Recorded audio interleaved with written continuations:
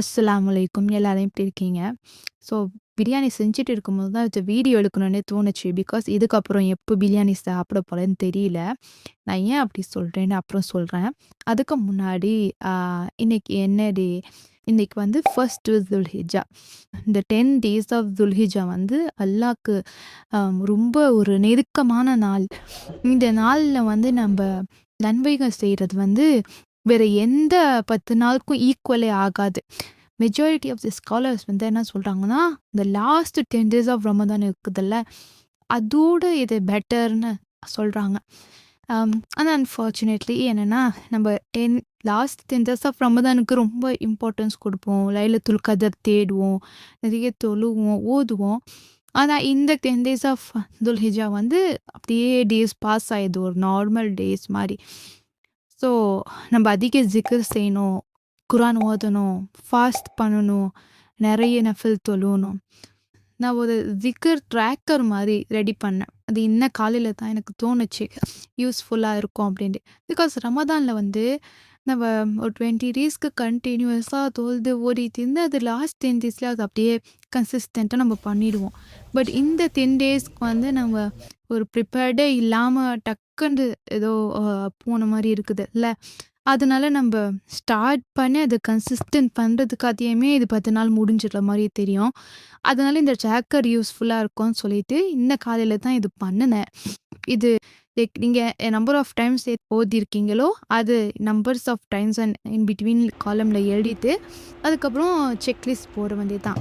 Tick போகிற மாதிரி இது மாதிரி டிக் பண்ணிகிட்டே இருந்தால் ஒரு மோட்டிவேட்டாக இருக்கும், நம்ம அடுத்தது பண்ணணும் அப்படின்னு சொல்லிட்டு. ஸோ லிங்க் இருக்குது, டிஸ்கிரிப்ஷனில் கொடுக்குவேன். அதை கிளிக் பண்ணி டவுன்லோட் பண்ணிங்க, ஃப்ரீ தான். And coming to the topic of biryani. ஏன் நான் பிரியாணி திருப்பி எப்போ சாப்பிட போகிறேன்னு தெரியலன்னு சொன்னேன்னா, அதுக்கு காரணம் என்னோட முடி. என்னன்னா கல்யாணம் ஆகி பல வருஷம் ஆயிடுச்சு. நான் ஹேரை கேர் பண்ணுறத அப்படியே விட்டுட்டேன். ஸ்பிரிட்டன்ஸ் கட் பண்ணல, நான் கேரே பண்ணல, எதுவுமே பண்ணல. கல்யாணத்துக்கு முன்னாடி பண்ணீங்க என்னன்னு கேட்டிங்கன்னா, கல்யாணத்துக்கு முன்னாடி பண்ணல. கல்யாணத்துக்கு முன்னாடி ஒரு வருஷத்துக்கு முன்னாடி, கல்யாணம் ஆகுறதுக்கு 1 இயருக்கு முன்னாடி இந்த ஹேர் ஆயிலு, அப்புறம் மாஸ்க்கு அந்த மாதிரிலாம் போட்டேன். அதுக்கப்புறம் சுத்தமாக விட்டுட்டேன். ரீசெண்டாக லாஸ்ட் இயர் தான் நான் நோட்டீஸ் பண்ணேன், ரொம்ப ஹேர் தின்னாகி ரொம்ப ஹெவி ஃபாலாகி அந்த மண்டையிலலாம் பார்த்தீங்கன்னா லேசாக முடி இல்லாத இடங்கள்லாம் தெரிய ஆரம்பிச்சிருச்சு. அதுக்கப்புறம் எனக்கு பயம் வந்துருச்சு. ஸோ ஏதாவது ஹேருக்கு பண்ணணும்னு சொல்லிட்டு நானும் 1 வருஷமாக எல்லாம் ட்ரை பண்ணுறேன். நான் வந்து நானே ஹெர்பல் ஆயில் ரெடி பண்ணி போட்டு பார்த்துட்டேன். கன்சிஸ்டண்ட்டாக போட்டேன். ஒரு 3-4 மந்த் போட்டேன், செட் ஆகலை. அப்புறம் பயோட்டின் சீட் பால்ஸ்ன்னு சொல்லிட்டு எல்லா சீட்ஸும் போட்டு பால் மாதிரி அது டெய்லி சாப்பிட்ணுன்னு சொன்னாங்க.